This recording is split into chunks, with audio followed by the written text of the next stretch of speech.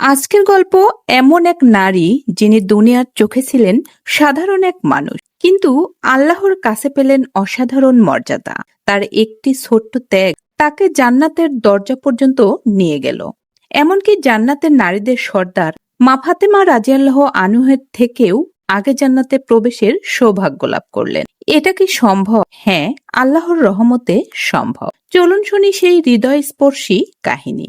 কিভাবে একটি সাধারণ মানুষ এত বড় মর্যাদা পেল, কিভাবে তাকওয়া আর দানের মাধ্যমে একজন নারী হয়ে উঠলেন জান্নাতের সম্মানিত অতিথি।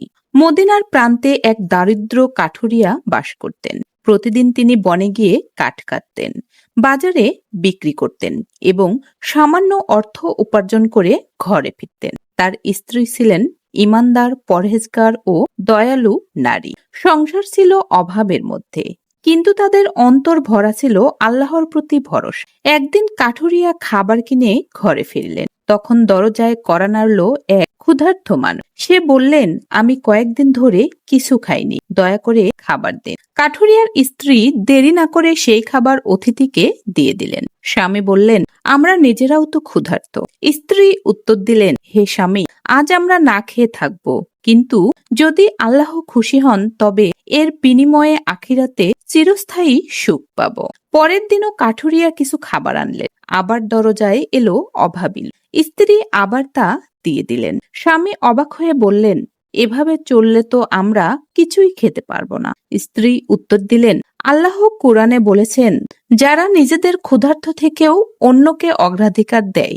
তৃতীয় দিনও একই ঘটনা ঘটল। তারা টানা 3 দিন নিজেরা না খেয়ে অন্যদের খাইয়ে দিলেন। এটাই ছিল তাকওয়া, ধৈর্য ও আল্লাহর প্রতি ভরসার প্রমাণ। একদিন নবীজি সাল্লাল্লাহু আলাইহি ওয়াসাল্লাম মসজিদে বসা ছিলেন।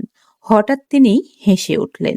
সাহাবারা জিজ্ঞেস করলেন, ইয়া রাসূলুল্লাহ, আপনি কেন হাসলেন? তিনি বললেন, আমি দেখলাম জান্নাতের দরজা উন্মুক্ত হলো, আর একটি কাঠুরিয়ার স্ত্রী আমার কন্যা ফাতেমা রাদিয়াল্লাহু আনহা এর থেকেও আগে জান্নাতে প্রবেশ করলো। সাহাবারা অবাক হয়ে জিজ্ঞেস করলেন, ইয়া রাসূলুল্লাহ, এটা কিভাবে সম্ভব বা কেন এমন হলো?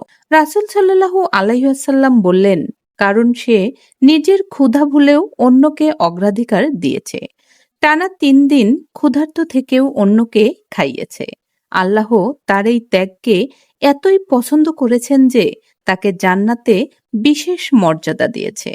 রাসূলুল্লাহ সাল্লাম বলেছেন, কোনো সৎ কাজকে তুচ্ছ মনে করো না, এমনকি তোমার ভাইকে হাসি মুখে দেখা হলেও। কোরআনে এসেছে, তারা নিজেদের প্রয়োজন থাকা সত্ত্বেও অন্যকে অগ্রাধিকার দেয়।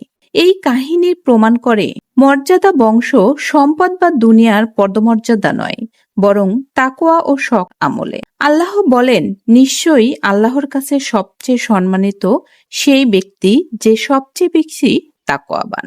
কাঠুরিয়ার স্ত্রী এই কাহিনী আমাদের মনে করিয়ে দেয়, আল্লাহর কাছে বরত্ব আসে তাকওয়া দিয়ে, সম্পদ বা বংশ মর্যাদা দিয়ে নয়। আমাদের প্রতিটি ছোট ছোট প্রতিদান, প্রতিটি সহানুভূতি আল্লাহর কাছে মূল্যবান হতে পারে।